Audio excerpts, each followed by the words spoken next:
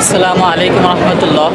এই মুহূর্তে আমি মসজিদুল হারামের চত্বরে আছি। দেখতে পাচ্ছেন আমার পিছনে মসজিদুল হারাম এবং মুসল্লিরা যাতায়াত করছেন। ক্যামেরাটা অন করা এজন্য যে আমাদের অনেক সময় হয় জোহর আসরের সময় যেহেতু প্রচণ্ড রোদ থাকে, এখানে নামাজ পড়তে অনেক সময় একটু তুলনামূলক বেশি কষ্টদায়ক হয়।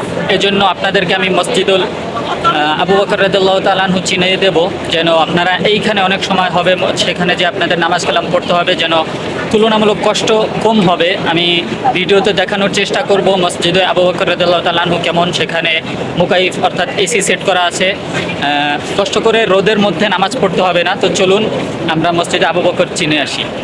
মসজিদুল হারামের ৮০, ৮১, ৮২, ৮৩, ৮৪, ৮৫, ৮৬ যেই গেটগুলা সেইগুলো এখন দেখতে পাচ্ছেন।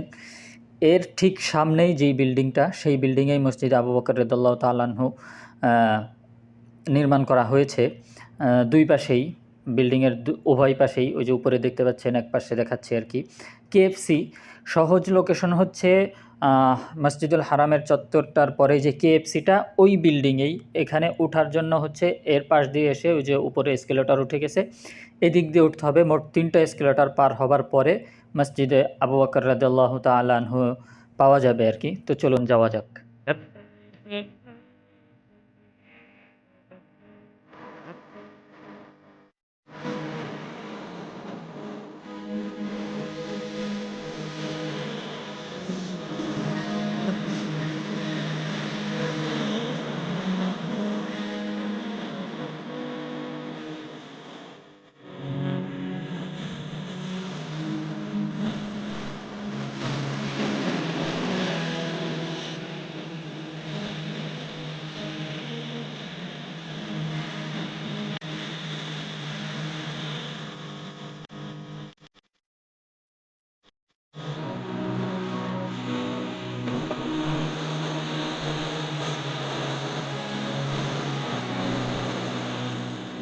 পর্যায়ক্রমে 3টা সিঁড়ি পার হয়ে আসলেই এই ফ্লোরটা, এখানে যে এই অফিসটা দেখতে পাচ্ছেন, এটা হচ্ছে মসজিদুল হারামের জন্য কোরআন ওয়াকফ করতে চাইলে এখানে করতে পারবেন।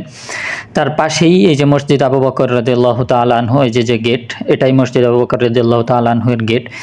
এখন এশার সময় মানুষজন আসতেছেন, নামাজ পড়বেন।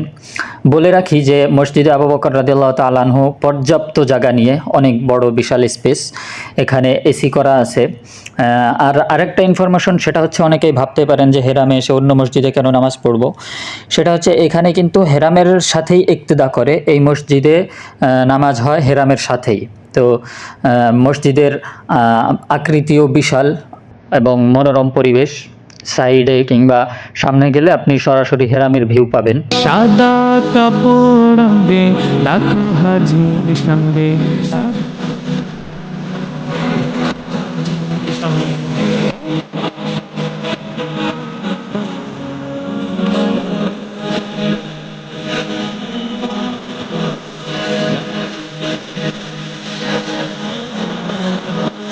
لبيك لبيك اللهم لبيك لبيك لبيك اللهم لبيك। এই ছিল হচ্ছে মসজিদ আবু বকরের চিত্র। এই যে পুরোটাই মসজিদ আবু বকর। তো আপনারা যারা এই থেকে আসবেন মক্কায়, খেয়াল রাখবেন এইখানে ইনশাল্লাহ একবার হলেও এসে ঘুরে যাবেন, নামাজ পড়বেন। পরবর্তীতে কোনো ভিডিও নিয়ে আবারও হাজির হব ইনশাল্লাহ। আজকে এ পর্যন্তই। আসসালামু আলাইকুম রহমতুল্লাহ।